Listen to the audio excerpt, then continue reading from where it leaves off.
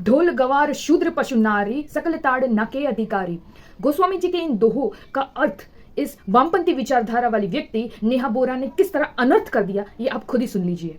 अगर आप सच में चाहती हैं कि ब्राह्मणवाद जिंदाबाद रहे तो आप सड़कों पे मत घूमिए टी शर्ट और पैंट पहन के। आप घर जाइए, चार दीवारी के अंदर लंबा सा घूंघट पहनिए और अपने जो पति हैं, अपने पिता हैं, उनके आगे झुक करके उनके पैरों के नीचे बैठिए, क्योंकि आपकी जगह ब्राह्मणवाद ने वही बताई है। मैं वही कह रही हूँ कि पशु, गरीब, शूद्र और नारी का एक ही जगह बताता है ब्राह्मणवाद, और वो है कि वो ताड़ना के अधिकारी।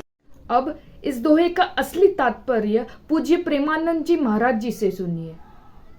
गोस्वामी जी ने लिखा है ढोल गवार शूद्र पशु नारी सकल ताड़ना के अधिकारी। अब इसकी व्याख्या सूक्ष्मता से सुने और विचार पूर्वक। शास्त्रीय प्रमाण के अनुसार ढोल को ताड़ना चाहिए। ताड़ना मतलब उसको थपाक चाहिए। अच्छा, गवार, गवार कहते हैं विवेकहीन पुरुष को। वहां ताड़ने का तात्पर्य उसको पीटना नहीं है। उस अविवेकी गंवार पर दृष्टि रखो। जहां शूद्र के ताड़न की बात कहेंगे, यहां शूद्र ताड़न का तात्पर्य डंडे से प्रहार करना नहीं, समझना।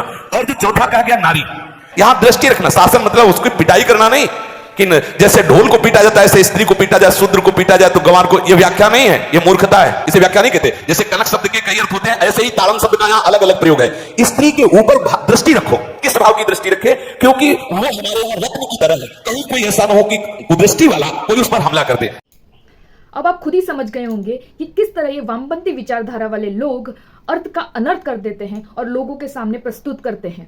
इससे क्या होता है कि जो व्यक्ति है, जिनको कोई ज्ञान नहीं है, इन अज्ञानियों से ज्ञान लेके वो ब्रेन वॉश हो जाते हैं। सो मेरा यही निवेदन है कि आप कभी भी किसी भी ज्ञानी व्यक्ति से और जानकार व्यक्ति से ही ज्ञान लीजिए। ऐसे मूर्खों से कभी भी ज्ञान मत लीजिए। नमस्कार, जय हिंद।